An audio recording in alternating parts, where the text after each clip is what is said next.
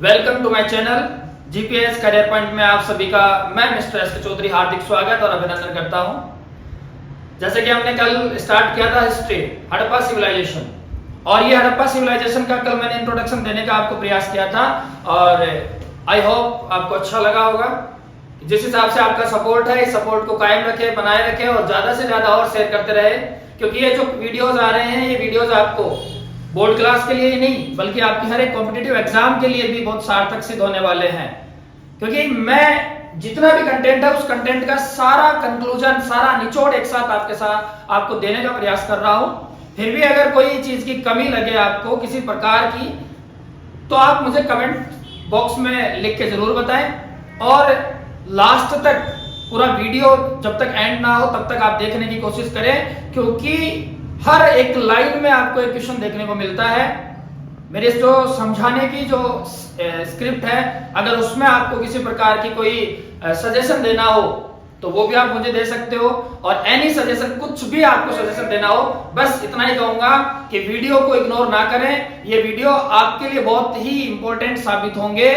आप कोई भी कॉम्पिटिटिव एग्जाम दोगे, आप बोर्ड एग्जाम दोगे, इन वीडियोस को एक बार, दो बार, तीन बार देखोगे तो मेरी कोशिश ये रहेगी कि देखते देखते ही आपको ये सारी चीजें याद हो जाए। तो मैं आपसे यही कहूंगा कि लास्ट तक बने रहें, वीडियो को पूरा देखें। देखो, हम बात कर रहे थे, कल हमने बात करी जिस टॉपिक पे, वो टॉपिक था मोहनजोदाड़ो।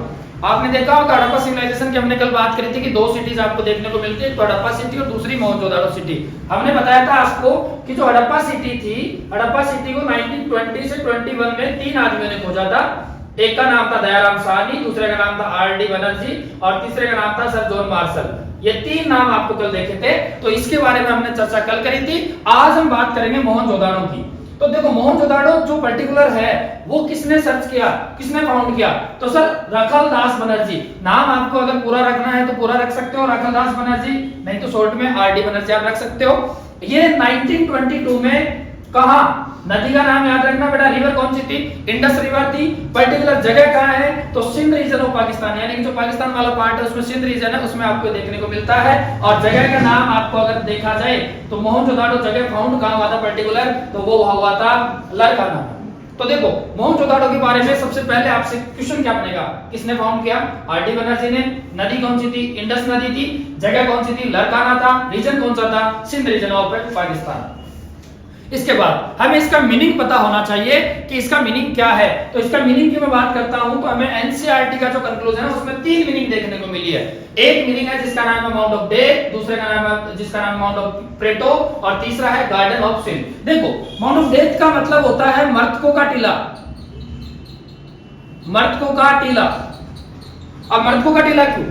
जैसे आपने देखा सिविलाइजेशन है, पर्टिकुलर सिविलाइजेशन होगी, तो हमने इसको कल हमने कहा था कि इसका खनन का कार्य होता है, उसको एग्जैक्ट किया गया था। तो जहां करेंगे तो वहां आपको अस्थि पंजर ज्यादा मिलेंगे। और ये जो एरिया था सिंधु नदी के किनारे वाला जो एरिया था, उस एरिया में मृतकों का टीला ऐसा था कि ज्यादा लोग, देखो हमने बात करी थी कि हड़प्पा सिविलाइजेशन है, हड़प्पा सिविलाइजेशन एक अर्बन सिविलाइजेशन है ना कि रूरल। ये नगरीय सिविलाइजेशन देखने को मिलती है, और अर्बन सिविलाइजेशन में आपको पता है पॉपुलेशन ज्यादा होती है, और पॉपुलेशन ज्यादा है तो नदी देखो कौन सी, इंडस नदी। पॉपुलेशन ज्यादा है तो अचानक अगर कोई भी विपदा आएगी, कोई भी पैंडेमिक सिचुएशन आएगी, उस पैंडेमिक सिचुएशन में आपको क्या देखने को मिलेगा कि वहां पर कोई भी घटना, कोई भी इंसिडेंट हो सकता है। और वो इंसिडेंट ऐसा हुआ, ऐसा माना जाता है कि लोग एक साथ मरे हुए मिले।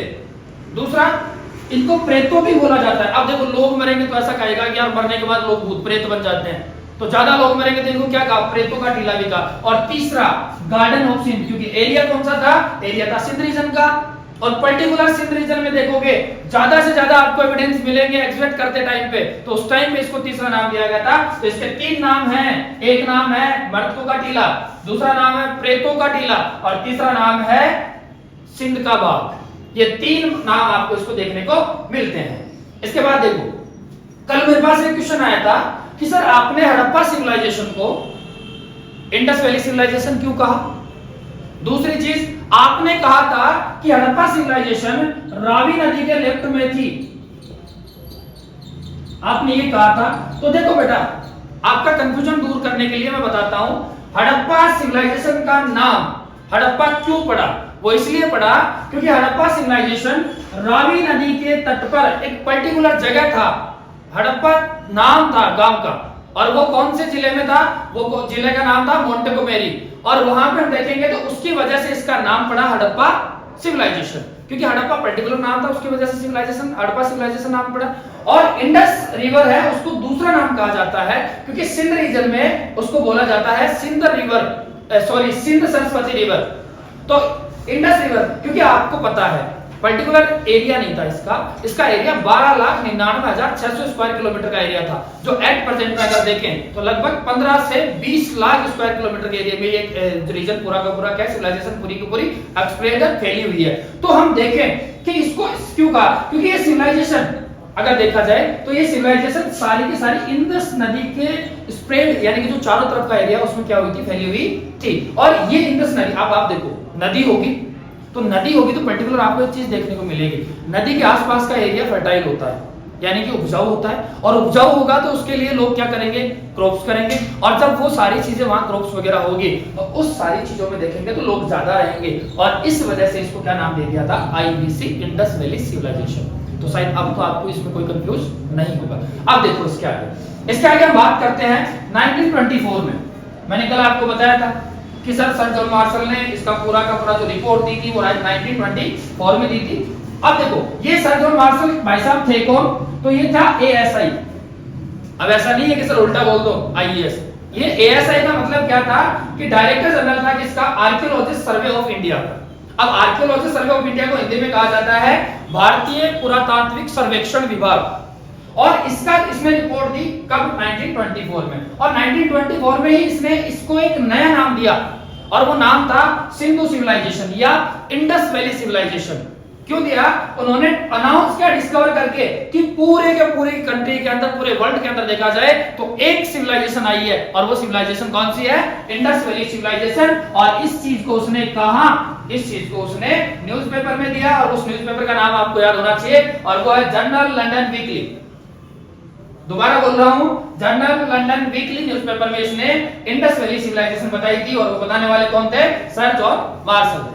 अब हम इसके आगे की बात करते हैं कि हड़प्पन कल्चर। देखो हड़प्पन कल्चर को देखा जाए तो हमें तीन प्रकार से हड़प्पन कल्चर देखने को मिलती है। एक हड़प्पन कल्चर हमें देखने को मिलती है ज्योग्राफिकल लोकेशन में, दूसरे हड़प्पन कल्चर को हमें बताते हैं टाइम ऑफ पीरियड, और तीसरा इसमें ग्रुप्स ऑफ ऑब्जेक्ट क्या क्या है। देखो कल मैंने कहा था कल्चर को हमेशा बताने के लिए हमें जरूरी पड़ती है, और वो जरूरी होती है एक ज्योग्राफिकल लोकेशन की और एक पर्टिकुलर टाइम की। तो इसकी जो ज्योग्राफिकल लोकेशन है वो आपको देखने को मिलती है बलूचिस्तान में, सिंध में, MP और मांडा। बेटा ये मांडा याद रख लेना, मांडा कहां है, तो मांडा आपको देखने को मिलता है जम्मू कश्मीर में। और ज्योग्राफिकल लोकेशन के अकॉर्डिंग देखा जाए तो इसके कितने एरियाज फाउंड है, तो इसके लगभग 1400 एरिया है टोटल, पूरे 1400 हैं, जिसमें इंडिया का जो डाटा है वो याद रखना बेटा 917। पाकिस्तान की अगर मैं बात करूं तो कितने एरिया है, 481, 481, और अफगानिस्तान में देखो तो कितने हैं, 2। ये डाटा बहुत इंपॉर्टेंट है। इंडिया में कितने क्षेत्र हैं मोहनजोदाड़ो के, तो वो है 917। अगर हम बात करें पाकिस्तान की तो 481, और अगर अफगानिस्तान की बात करें तो 2। ये था इसका ज्योग्राफिकल टाइम पीरियड। मैंने कल भी आपसे चर्चा करी थी, टाइम पीरियड इसका है 2600 BC टू 1900 BC, यानी कि 2600 से लेके 1900 तक का है। अब इसमें ज्यादा कंफ्यूज मत होना, कहीं आपको 2550 से 1850 भी दे सकता है, कहीं आपको अगर बात करूं 2700 से 1700 भी दे सकता है, वो अलग है। लेकिन NCERT का जो मेन डाटा है वो मेन डाटा है 2600 से 1900। और इसमें जो ग्रुप ऑब्जेक्ट्स थे क्या क्या मिला, तो कल हमने हेडिंग भी लगा रखी थी, और आज हम ये बताते हैं कि बीड्स, बोन्स, सील वगैरह। मेनली अगर देखा जाए तो ये जो बोन्स वगैरह जितनी भी हड्डियां क्या थी और कौन कौन सी मोहरें ज्यादा मिली थी, ये जो स्क्रिप्ट है ये सारी की सारी आपको किसमें देखने को मिलती है, मोहनजोदाड़ो में देखने को मिलती है। तो मोहनजोदाड़ो से क्या क्या क्वेश्चन बनेंगे, क्वेश्चन ये बनेगा कि सर कब फाउंड हुआ, 1922, किसने किया, RD बनर्जी ने, नदी का नाम कौन सा, इंडस, जगह का नाम लरकाना, एरिया कौन सा था, सिंधस्तान। हड़प्पन सिविलाइजेशन को क्यों कहा जाता है इंडस IVC, तो ये रीजन मैंने आपको यहाँ बता दिया। जर्नल लंदन वीकली कब, 1924, किसने, सर जॉन मार्शल ने। कौन था सर जॉन मार्शल स्टार्टिंग में 1924 में, तो वो था director general of archaeologist survey of India, यानी कि भारतीय पुरातात्विक सर्वेक्षण विभाग का क्या था, डायरेक्टर जनरल था। इसके बाद में कितने हैं तो टोटल 1400 थे। इंडिया में कितने हैं 917, पाकिस्तान में 481, अफगानिस्तान में 200। मांडा कहाँ है? मांडा आपको देखने को मिलता है जम्मू कश्मीर में। और इसका टाइम पीरियड की बात हमने यहाँ कर ली। तो अब हम बात करेंगे स्क्रिप्ट ऑफ इंडस सिविलाइजेशन की, यानी कि सिंधु सभ्यता की लिपि कौन सी थी। यानी कि हम बात करने वाले हैं लिपि की। और लिपि का सीधा सीधा मतलब है कि सर हमें जो एविडेंस मिले थे उन एविडेंस को किस बेस पे मिले, क्या थे, उनको कैसे हमें पता चला कि सर वो इंडस के हैं, हड़प्पा के हैं। इसके ऊपर हम आप क्या करने जा रहे हैं, चर्चा करने जा रहे हैं। तो देखो सबसे पहली बात मैं आपको बता देता हूं कि जो इसकी स्क्रिप्ट थी ऐसी स्क्रिप्ट थी जिसको पढ़ने की कोशिश करी गई थी लेकिन पढ़ नहीं पाए। और सबसे पहले जो पढ़ने की कोशिश करी थी वो भाई साहब थे, कौन से थे? वेंडल भाई साहब थे 1925 में। इन 1925 में इन्होंने पढ़ने की कोशिश करी सबसे पहले। तो ये क्वेश्चन याद रखना कि सर इंडस वैली सिविलाइजेशन की स्क्रिप्ट को सबसे पहले किसने पढ़ा, तो वो पढ़ने वाला कौन था? वेंडल था 1925 में। अगर बात करें प्रेजेंट में लेटेस्ट में, तो लेटेस्ट में 3 आदमियों ने भी इसको पढ़ने की कोशिश करी, इस स्क्रिप्ट को रीड करने की कोशिश करी। एक का नाम था नटवर साहब, दूसरे का नाम था गणपत सिंह, तीसरे का नाम था राजा राम। इन तीनों ने भी इसको पढ़ने की कोशिश करी लेकिन नहीं पढ़ा गया ये। तो ये कहा जाएगा, अब आपसे क्वेश्चन पूछा जा सकता है, बताओ इंडस सिविलाइजेशन की जो स्क्रिप्ट है क्या रीडेबल थी या नॉन रीडेबल थी? तो आपका जवाब देना है कि सर इसको अभी तक किसी ने नहीं पढ़ा गया है क्योंकि ये पढ़ने में समझ में नहीं आती। रीजन देखो। अब दूसरा जो टॉपिक है, दूसरा टॉपिक आपको ये आएगा कि सबसे ज्यादा आपको जो स्क्रिप्ट मिली है इंडस की वो कहां से मिली? तो सबसे ज्यादा आपको मिली है मोहनजोदाड़ो से। सबसे ज्यादा नहीं, सॉरी, सबसे पहला जो स्क्रिप्ट आपको मिला था वो मिला था मोहनजोदाड़ो से। और दूसरे नंबर पर हम बात करें तो वो आपको मिला था हड़प्पा से। और जो सबसे ज्यादा जो मिला है वो मिला है आपको धोलावीरा से। देखो मोहनजोदाड़ो हमने बात करी सिंध में है, हड़प्पा हमने बात करी कहां है? पंजाब में है, यानी कि पाकिस्तान वाला जो पार्ट है प्रोविंस उसमें है। और धोलावीरा की मैं बात करूं तो गुजरात में। सबसे ज्यादा की बात करें, लार्जेस्ट स्क्रिप्ट की बात करें तो धोलावीरा, पहले की बात करें फर्स्ट स्क्रिप्ट की बात करें तो मोहनजोदाड़ो, सेकंड की बात करें तो हड़प्पा। यानी कि लिपि पहली सबसे लिपि कहां मिली? मोहनजोदाड़ो में। दूसरी लिपि कहां मिली? हड़प्पा में। सबसे ज्यादा आपको स्क्रिप्ट के एविडेंस कहां से मिलते हैं? तो वो आपको मिलते हैं धोलावीरा से। और धोलावीरा में जो कंसीडर किया गया था वो थे बेटा नोटिस बोर्ड, यानी कि जो सूचना पट होते हैं उन सूचना पटों को हम देखें तो हमें कहां से मिलती है? हड़प्पा सिविलाइजेशन से मिलती है। तीसरी देखो इंडस स्क्रिप्ट है वो कैसी थी? इंडस स्क्रिप्ट ऐसी थी जो मेटाफोरिकल होती है। इसका मतलब क्या होता है कि केवल किसी चीज को देखा और देख के हम आइडिया लगा सकते हैं, अनुमान लगा सकते हैं। अब आप देखो स्क्रिप्ट पढ़ी तो जा नहीं रही है, अब जब नहीं पढ़ी जा रही है इसका मतलब हम केवल और केवल उस पे क्या लगा सकते हैं? एक आइडिया, हमारा थॉट्स दे सकते हैं कि ये कैसा था और क्या था। तो देखो ये क्या था, इसको केवल फील किया जाना था थ्रू द पिक्चर।